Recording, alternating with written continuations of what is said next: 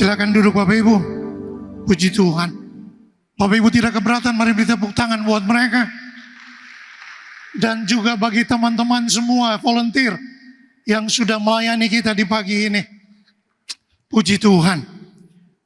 Nah, saudara yang terkasih, minggu lalu kita sama-sama belajar bagaimana memiliki respon yang positif ketika pesan firman Tuhan menghampiri, ketika pesan firman Tuhan disampaikan dan datang buat kita semua.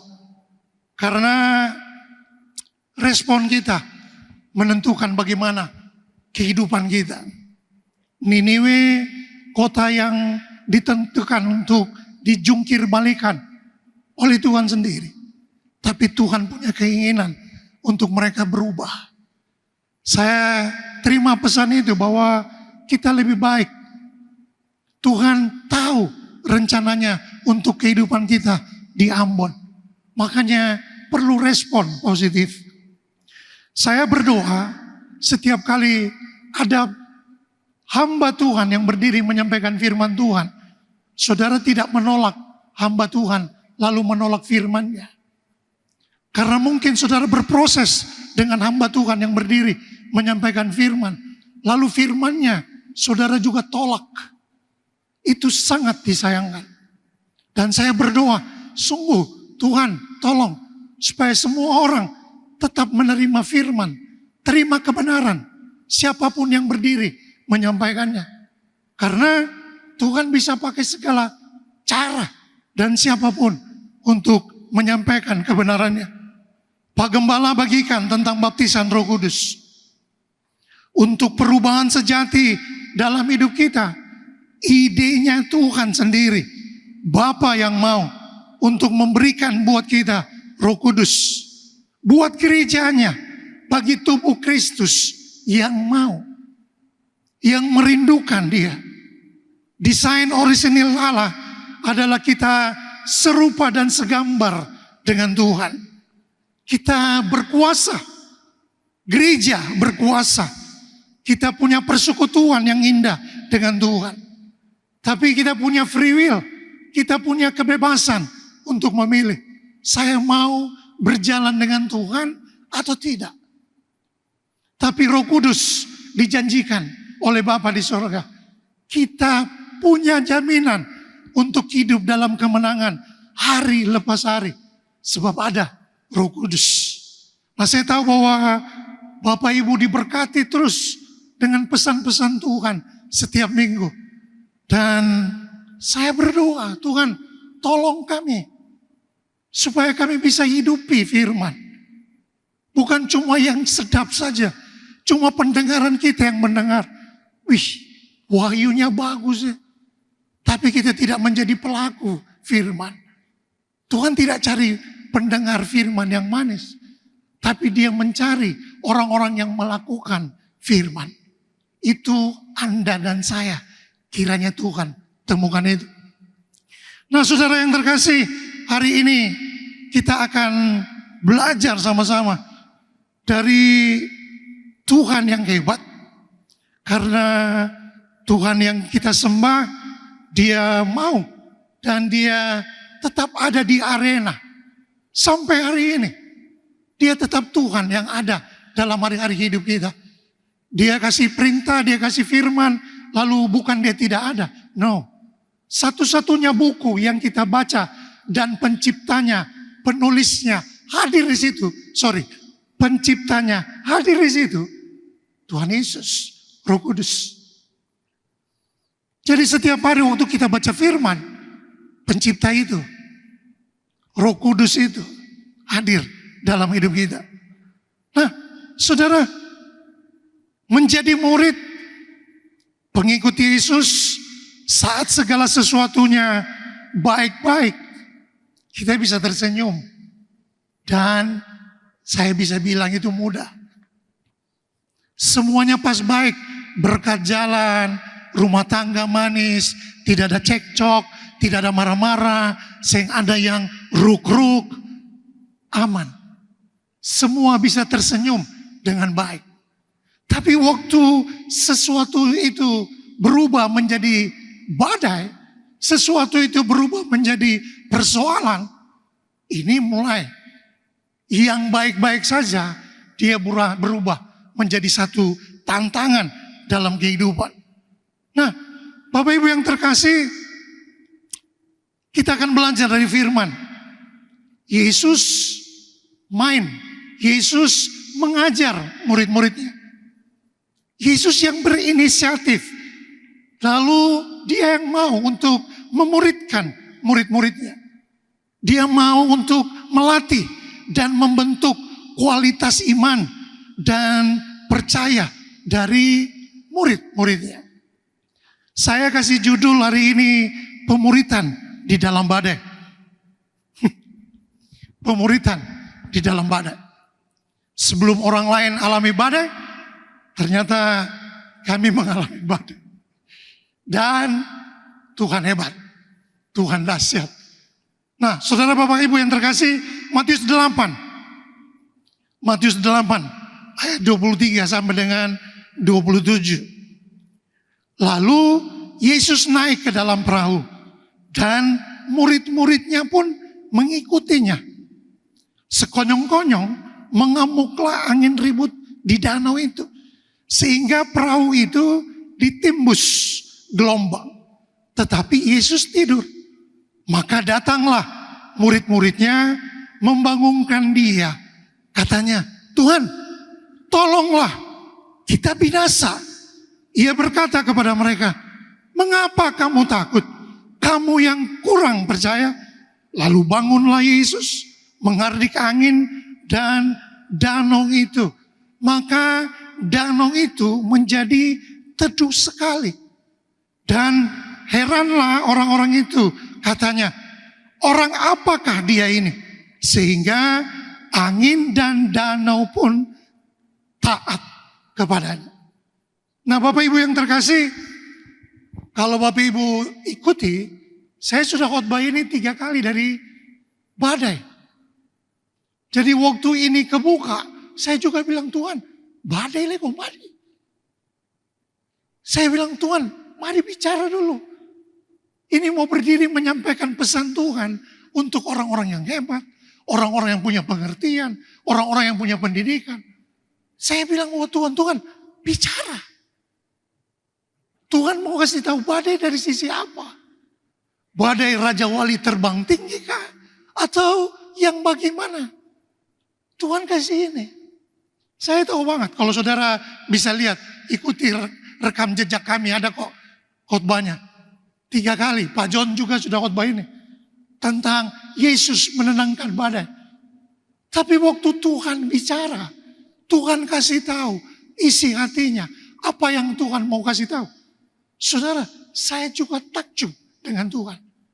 Dan sampai hari ini, dia masih Tuhan yang berbicara. Kita mulai lihat dari ayat yang ke-23. Lalu, Yesus naik ke dalam perahu. Dan murid-muridnya pun mengikutinya. Nah, dari ayat ini kita tahu bahwa sebagai murid Yesus, pemuritan dimulai dari mengikut dalam ketaatan. Saya pakai poinnya, ini poin yang pertama. Mengikuti dalam ketaatan. Nah, secara kronologis, jika dilihat dari teks, maka Yesus sengaja membawa murid-muridnya ke tujuannya di seberang. Inisiatif untuk ke seberang, inisiatifnya Yesus. Tuhan yang mau ke seberang. Di pasal 8 ayat 10, ayat 18 tertulis begini. Ketika Yesus melihat orang banyak mengelilinginya, ia menyuruh bertolak ke seberang. Tapi rencananya itu tertunda. Karena Yesus harus mewawancarai 2 orang yang memilih mau jadi murid. Yesus harus screening 2 orang yang mau mengikuti Yesus. Nah, saudara, Yesus tidak menerima mereka karena ada banyak pertimbangan. Mereka tidak berani bayar harga. Panggilan menjadi murid dimulai dari ketaatan, membayar harga. Saudara, ini catatan bagi kita. Bayar harga tidak ada hubungannya dengan keselamatan. Tidak. Sekali Anda undang Yesus, Anda terima Yesus, Anda memberikan diri dibaptis, saudara, Anda selamat. Anda selamat. Proses hidup, jatuh bangun, Anda bertobat, minta ampun, kembali lagi. Anda punya keselamatan itu. Tetapi tujuan dari ketaatan itu adalah untuk proses, untuk kita mengerjakan keselamatan kita.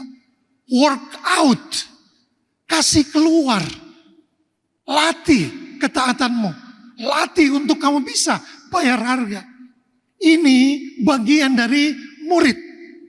Nah saudara, murid-murid masuk ke dalam perahu mengikuti Yesus. Artinya begini, mereka kenal siapa yang mengajak mereka ke seberang. Murid-murid masuk ke dalam perahu karena mereka tahu, mereka kenal siapa yang mengajak, siapa yang suruh mereka untuk ayo kita ke seberang. Nah saudara, mengikuti dalam bahasa aslinya dibilang ekolotesan, yang artinya mengikuti atau menemani seseorang yang memimpin dalam menentukan arah. Nah, Yesus yang menentukan arah ke seberang.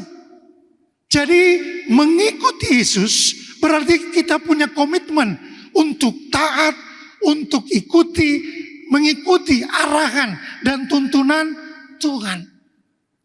Kompasnya di Yesus. Kompas kebenaran firman Tuhan. Kita dikasih pilihan. Mau ikut atau tidak. Mau jadi murid atau tidak. Yesus firman yang hidup. Nah, berulang kali kita terima pesan. Firman Tuhan itu penting. Menjadi dasar supaya kita bisa mendapatkan perlindungan. Firman Tuhan itu penting dengan pengenalan supaya kita jangan salah arah. Kita jangan salah mengikuti. Firman Tuhan menunjukkan identitas guru, pemurid yang kita ikuti. Kenapa penting kita tahu? Kenapa penting kita kenal? Kenapa penting untuk kita mengerti siapa yang menjadi guru? Siapa yang kita ikuti? Karena kita bisa tersesat kalau kita tidak mengenal siapa yang kita ikuti. Nah, saudara, sebagai utusan kerajaan Kristus, ada free will, ada kebebasan untuk kita memilih. Saya diberkati dengan Pak Gembala, hati-hati dengan wrong disciple. Tidak ada yang salah dengan pemuritan. Tidak ada yang salah dengan disciple, pemuritan. Tapi ternyata yang bikin salah dalam pemuritan adalah pemimpinnya. Kalau saudara mengikuti seseorang sebagai pemimpin rohani saudara, lalu saudara tidak dibawa tujuan kepada Kristus, saudara tidak dibawa tujuan kepada pengenalan kepada Kristus, lebih mundur tempo. Saudara perlu kenali siapa yang saudara ikuti. Saudara mau ikut siapa? Gembala Kesi kah? Gembala sektor kah? Gembala area kah? Gembala Kiwi? Pastikan bahwa mereka membawa kita, membawa Anda dan saya kepada kebenaran. Pertumbuhan kita kepada Kristus, bukan kepada pribadi orang, bukan kepada pribadi tertentu. Saudara, waktu Anda salah mengikuti, Anda mudah akan kecewa. Pastikan bahwa Anda ikut kebenaran firman. Anda ikut Yesus. Nah, saudara, berikutnya ayat 24 dan 25. Sekonyong-konyong mengamuklah angin ribut di danau itu, sehingga perahu itu ditimbus gelombang. Tetapi Yesus tidur. Maka datanglah murid-muridnya membangunkan dia. Katanya, Tuhan, tolonglah, kita binasa. Saudara tahulah respon seseorang waktu mereka takut. Respon kita bagaimana waktu kita menghadapi masalah. Respon kita bagaimana, seruan kita bagaimana waktu kita mau mati rasanya. Ini pun dialami murid-murid. Nah, setelah kita mulai dengan ketaatan, maka hal berikutnya adalah poin kedua, memberikan respon yang benar. Semua kita, bilang dulu sama-sama, 1, 2, 3. Semua kita, kurang keras, semua kita, puji Tuhan, akan mengalami dan masuk dalam badai. Saudara nggak perlu tengking badai. Saudara tidak perlu tengking masalah. Selagi kita masih hidup, yang namanya masalah itu itu bagian dari hidup. Waktu Anda mau terhindar dari masalah, tidak ada masalah, artinya Anda sudah tit. Tahu tit? Dead. Meninggal. Tapi pencobaan, masalah, persoalan, itu semua akan bisa datang. Bayangkan, kata-katanya begini. Sekonyong-konyong, tiba-tiba mengamuklah angin ribut di danau itu, sehingga perahu itu ditimbus. Ditimbus artinya begini, ditutup, dihantam, digulung gelombang. Gak enak kan? Ada baik-baik, ada cerita, ada duduk sama-sama. Persoalan datang. Ada senang-senang, menyanyi, puji Tuhan, dance. Perusahaan terancam. Orang fitnah. Orang ngomong. Orang menjatuhkan. Ini bisa terjadi kapan saja. Kapan saja. Mau Anda orang tua, Anda anak muda, persoalan ini bisa datang silih berganti dan kapan saja. Nah, saudara, 4 orang murid, mereka ahli, mereka punya skill dalam melaut. Mereka ada juga dalam perahu. Mereka sudah terbiasa di area itu. Mereka kenal danau itu. Mereka kenal. Itu loh. Tapi jika mereka tahu bahwa akan ada badai, mereka akan menasihati Yesus. Mereka pakar nih. Yesus, jangan menyeberang. Tanda-tanda sudah menyertai. Akan ada badai. Pulang. Sudah. Coba saudara bangun pagi. Saya nggak janjian sama Tuhan sih, tapi saya bersyukur. Saudara bisa lihat, pagi cerah, tiba-tiba mendung. Tiba-tiba angin kuat. Tiba-tiba angin kencang. Tiba-tiba lagi panas. Ini yang terjadi pagi ini kan. Tiba-tiba angin bisa datang kapan saja. Tiba-tiba gelap. Semua sekonyong-konyong. Tiba-tiba bisa terjadi. Nah, saudara, tidak ada yang salah dengan skill. Tidak ada yang salah dengan pengetahuan. Tapi jangan bicarakan pengetahuan sampai itu membatasi kita untuk kita melihat kuasa Tuhan, percaya kuasanya dan percaya kehadirannya. Belajar penting, saudara, penting. Saya akui, penting. Sekolah penting. Tapi jangan sampai itu membatasi kehadiran Tuhan dalam hidup kita. Jangan sampai pengetahuan lebih membatasi kita untuk mendengar suara Tuhan. No. Kasih Tuhan yang terutama dalam hidup kita. Saudara, selama badai, layar diturunkan. Agar apa? Tidak robek. Itu pengetahuan. Dan agar perahu mudah dikendalikan. Tapi saudara, dalam badai jangan pakai metode, jangan pakai kekuatan sendiri. Supaya apa? Kita bisa dengar suara Tuhan. Kita bisa dengar arahan dari Tuhan. Tuhan tetap bertanggung jawab kok dengan hidupnya Joji. Sebut nama saudara. Mau persoalan apapun dalam rumah tangga saudara. Di kantor, di kampus, di jalan, dimanapun. Dia tetap ada. Yang kita perlu cuma tenang lalu dengar dia berbicara. Haleluya. Tuhan tetap ada.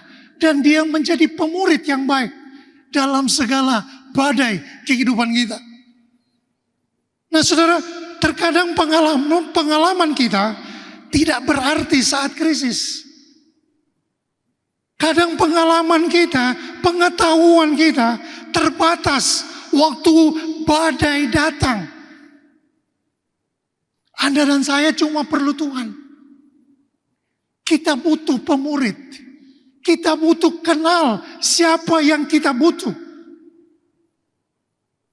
Jangan tersesat di situ. Jangan tersesat. Hati-hati. Hati-hati. Banyak loh sekarang orang datang dengan suara Tuhan. Hati-hati. Hati-hati. Hamba Tuhan bilang begini Pak. Hamba Tuhan bilang begini. Orang ini bilang begini. Hati-hati. Terus saudara, mengapa badai bisa membuat murid ketakutan?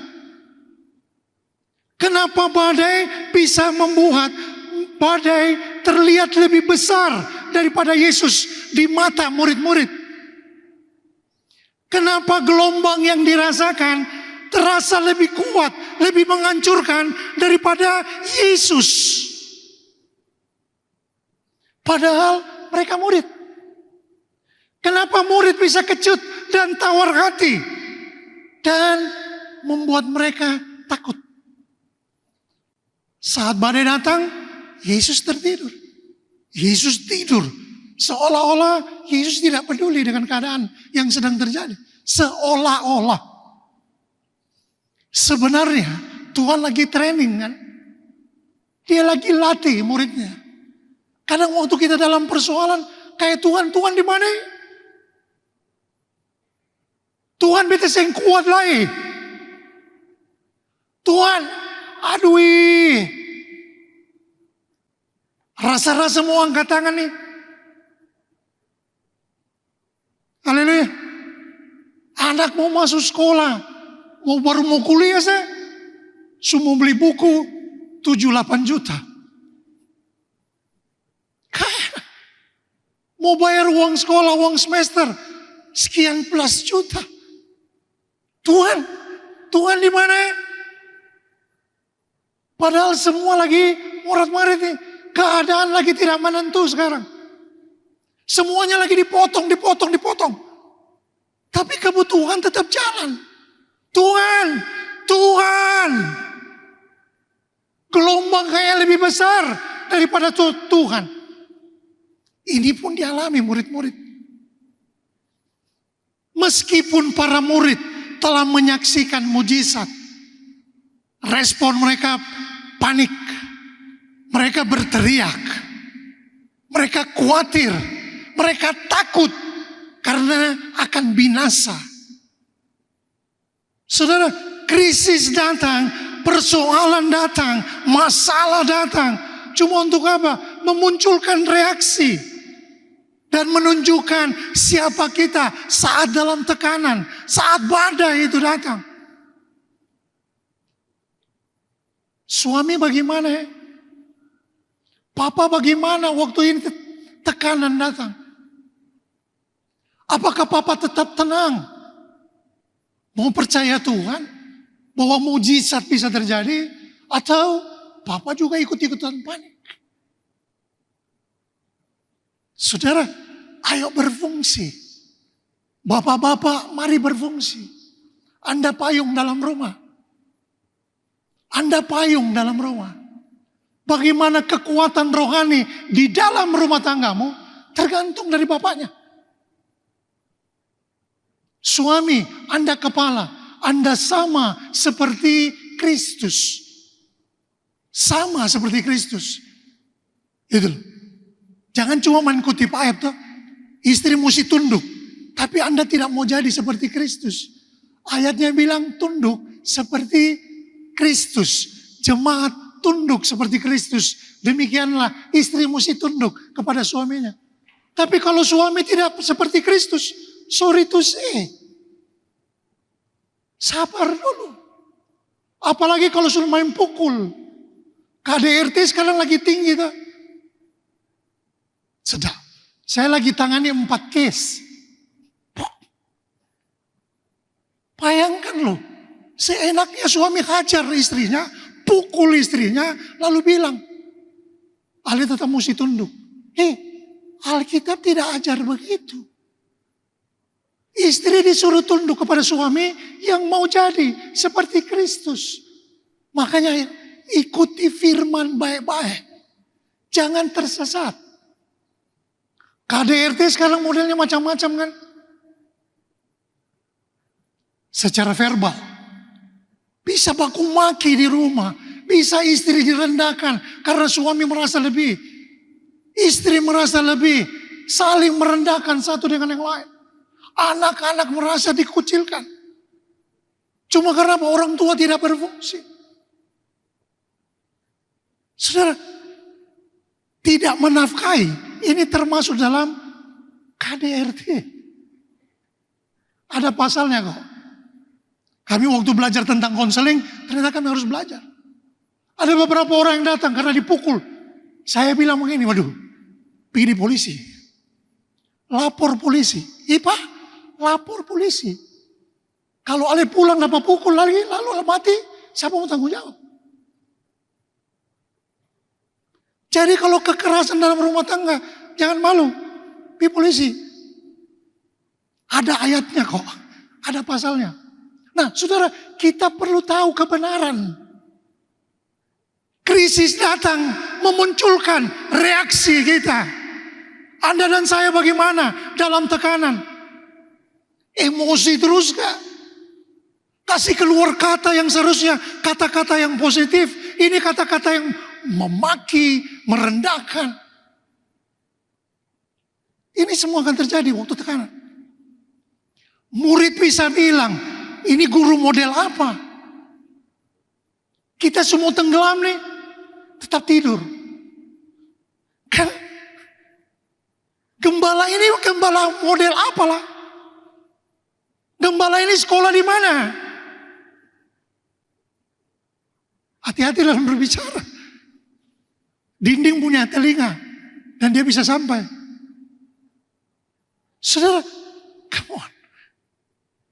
Kita bisa bersungut, kita bisa proses, kita bisa protes dengan segala argumentasinya kita. Saat tekanan datang, kekhawatiran dan ketakutan bisa mematikan iman. Tapi ingat baik, Yesus tetap bersama dengan kita. Satu perkataan Tuhan, dan itu berdampak kekal.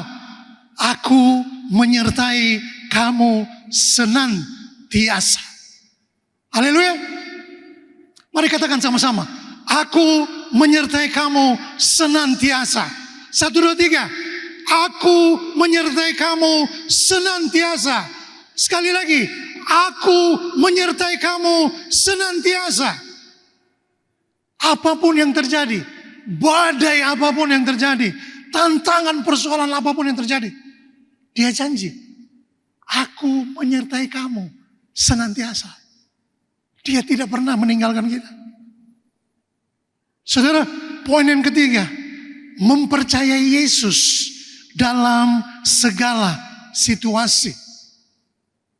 Mempercayai Yesus dalam segala situasi. Ayat 26. Ia berkata kepada mereka, mengapa kamu takut? Kamu yang kurang percaya. Lalu bangunlah Yesus menghardik angin dan danau itu. Maka danau itu menjadi teduh sekali. Nah saudara, Yesus tidak langsung meredakan badai. Tidak. Yesus menegur ketidakpercayaan murid. Yesus menegur ketidakpercayaan murid. Kenapa Yesus menegur dengan tegas dan keras? Ia menyebut mereka kurang iman. Ia menyebut mereka kurang iman. Seringkali orang mengharapkan untuk Yesus meredakan masalah. Tuhan redakan ini dulu. Tapi yang Tuhan lagi lihat, bagaimana hati kita. Apa yang di dalam hatimu. Bagaimana percayamu. Nah, mudah bagi Yesus untuk meredakan badai. Sangat mudah. Sangat mudah. Tapi masalah terbesar para murid sebenarnya bukan di badai. Tapi ketidakpercayaan mereka kepada Tuhan di dalam hati mereka. Ini yang Yesus tegur. Ini yang Yesus tegur. Masalah terbesar para murid bukan badainya, tapi ketidakpercayaan mereka kepada Tuhan di dalam hati mereka. Bapak Ibu, Yesus berbicara kepada iman murid-murid yang lemah. Sebelum apa? Dia menegur badai.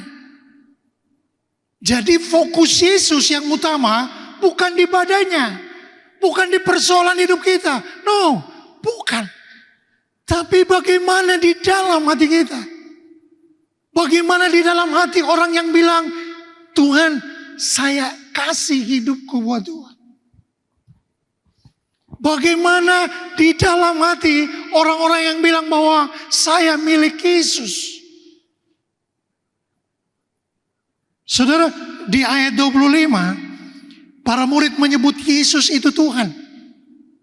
Dalam ketakutan mereka yang hampir binasa. Tapi mereka bilang Yesus Tuhan. Tapi mereka takut dan tidak percaya. Nah, kita pun jangan sampai kita latah. Jangan sampai kita latah. Ayat 25 kan tertulis. Maka datanglah murid-muridnya membangunkan dia. Katanya, Tuhan, tolonglah kita binasa. Kita menyebut Tuhan, tapi dalam hati kita, kita tidak mengakui kebesarannya.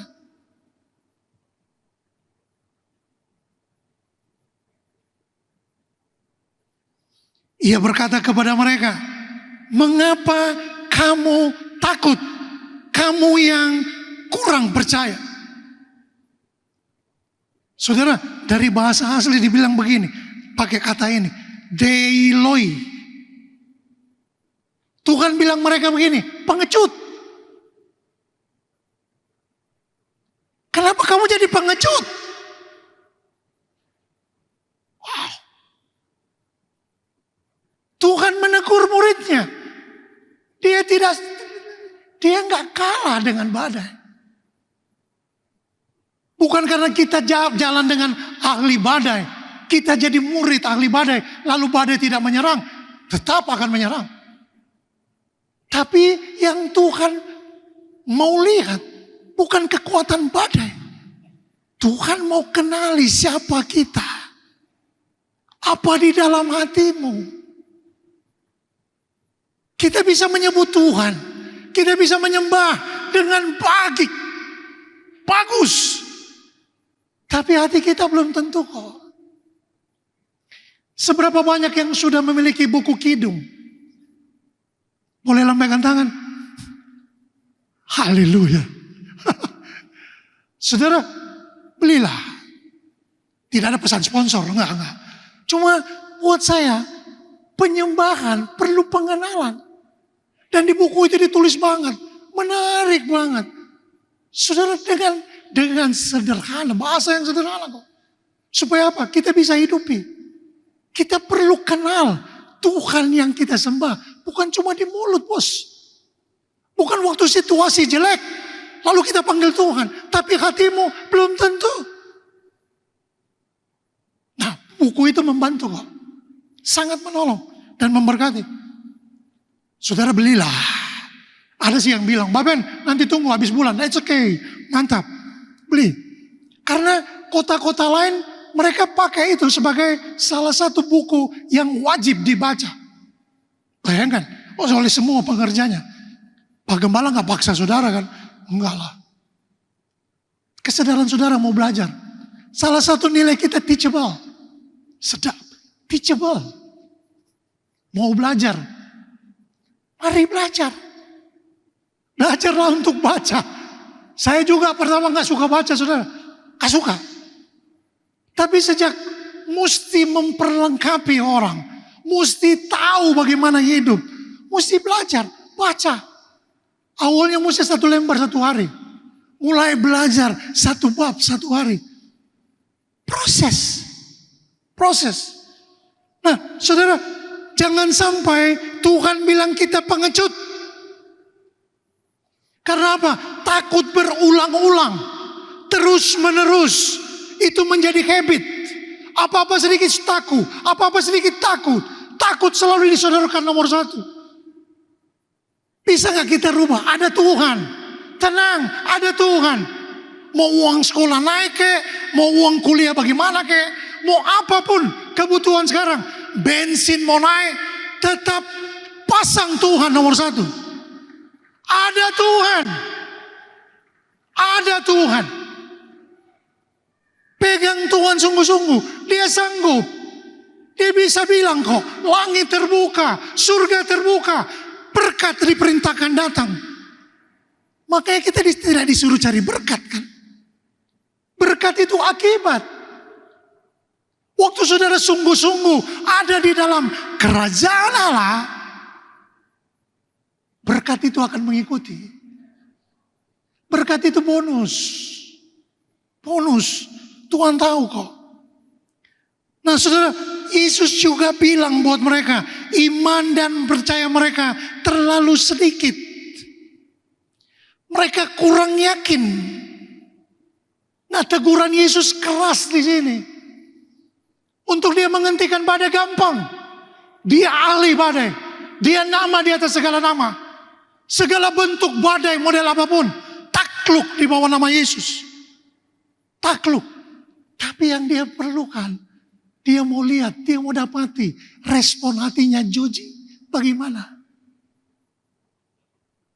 Waktu kamu direndahin orang. Waktu kamu difitnah. Waktu kamu dijelek-jelekin. Waktu uang gajimu, semua bagianmu dipotong. Bagaimana reaksi kita?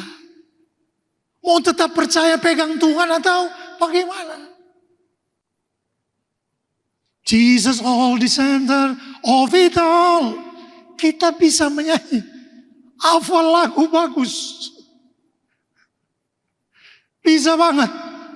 Tapi belum tentu kita masuk kan. Ayo masuk saudara. Ketidakpercayaan itu adalah bentuk pemberontakan. Ketidakpercayaan adalah bentuk pemberontakan. Ibrani 3 ayat 12 dari bahasa Indonesia sehari-hari. Dibilang begini. Saudara-saudara, hati-hatilah. Jangan sampai ada di antaramu seorang yang hatinya begitu jahat dan tidak beriman. Sehingga ia berbalik dan menjauhi Allah yang hidup.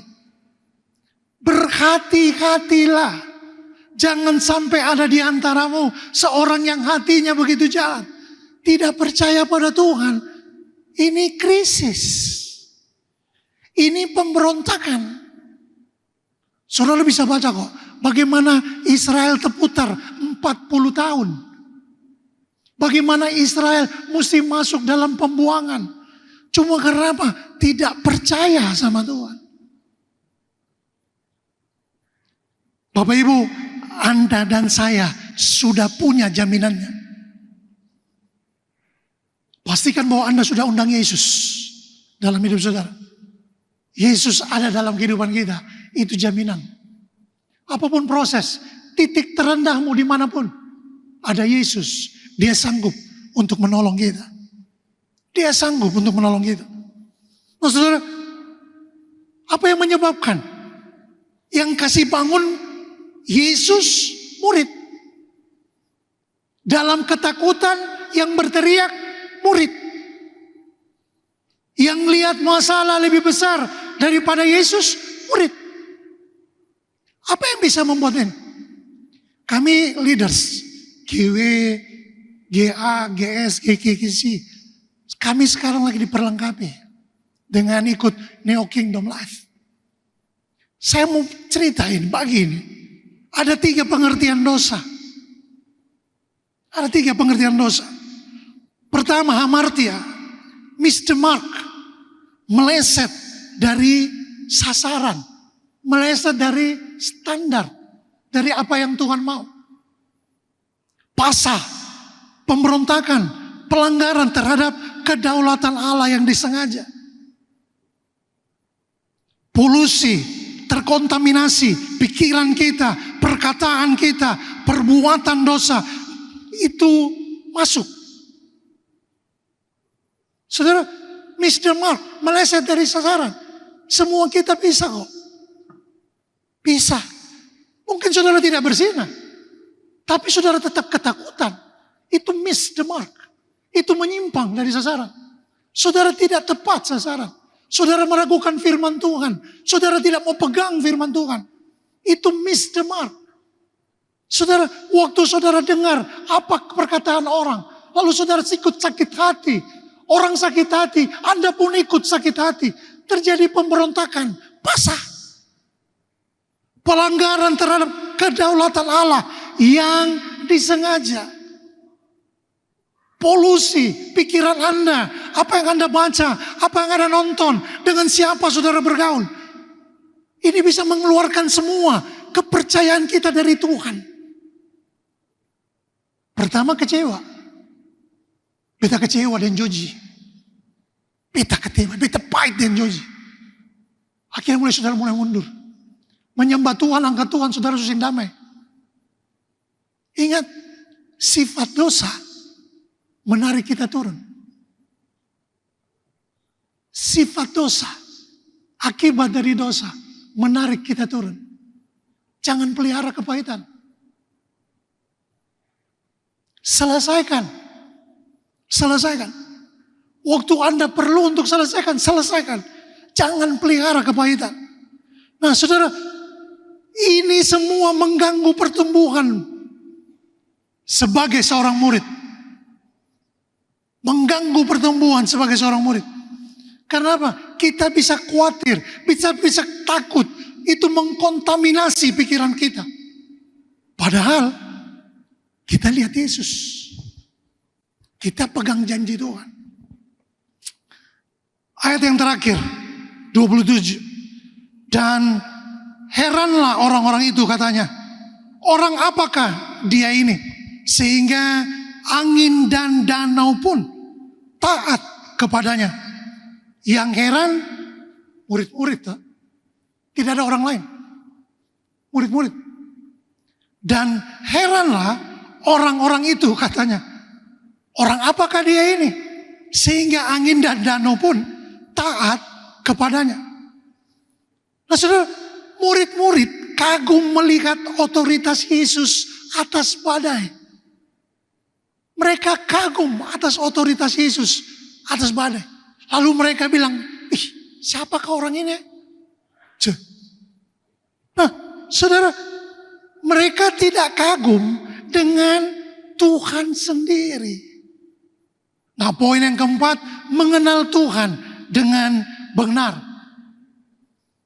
Nah, saudara bisa lihat, goal akhir dari pemuridan adalah mengenal Tuhan dengan benar. Persoalan, tantangan, badai hidup akan memperlihatkan sisi lain dari Tuhan. Sisi lain dari Tuhan. Saya suka ya Pak Gembala selalu mengajar kita. Penyembahan jangan cukup cuma selalu bilang Tuhan baik, Tuhan baik, Tuhan baik. Anda mesti melihat dari sisi yang lain. Tuhan itu besar, Tuhan itu dahsyat, Tuhan itu hebat, Dia perkasa, Dia maha penolong, Dia maha kasih, Dia kudus.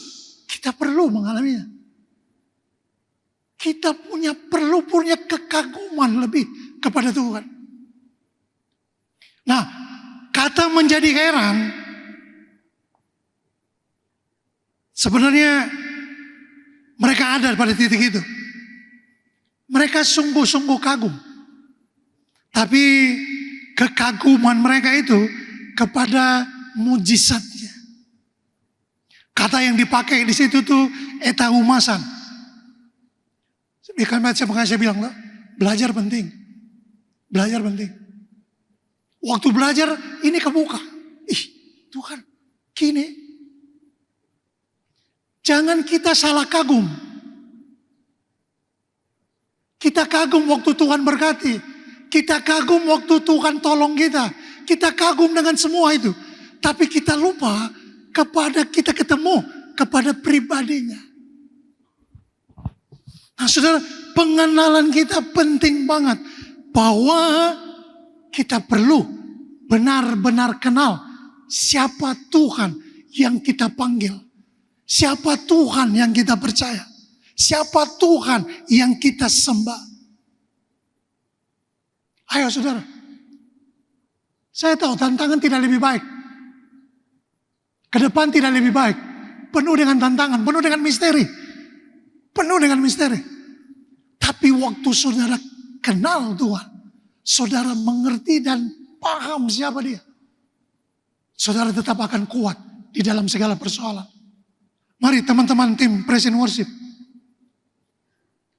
Saya mengakui tidak semua badai datang untuk menghancurkan Anda dan saya. Ada badai yang mengubah cara berpikir. Ada persoalan yang datang sehingga kita kehilangan orang-orang. Tapi itu mendewasakan. Ada luka yang membuat kita bisa lebih bijaksana. Dan saya mau berani bilang, badai adalah pemuritan dan sekolah terbaik bagi orang-orang yang besar dan bagi murid Kristus. Tim Praise and Worship di mana? Haleluya. Come on guys. Puji Tuhan. Saudara, Tony Evans bilang begini. Badai dan cobaan hidup itu memberi Anda pemandangan yang lebih besar tentang Tuhan dan pemahaman yang lebih tepat tentang siapa Yesus.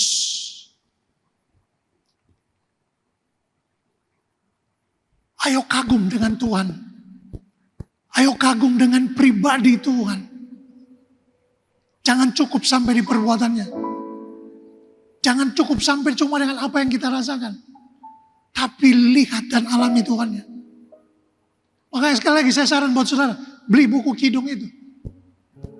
Itu membantu kok, membantu. Sangat membantu. Saya juga terpesona dengan Tuhan. Tuhan, wow. Sejak saya baca, saya berusaha untuk ketemu pribadi Dia. Ketemu pribadinya. Bukan mujizatnya. Bukan berkatnya. Saya perlu berkat. Saya perlu ditolong Tuhan. Saya perlu. Tapi saya perlu adalah berjumpa dengan Dia. Ayat yang terakhir sebelum kita menyanyi. Hosea 6 ayat 3. Marilah kita mengenal dan berusaha sungguh-sungguh mengenal Tuhan. Ia pasti muncul seperti fajar. Ia akan datang kepada kita seperti hujan. Seperti hujan pada akhir musim yang mengairi bumi.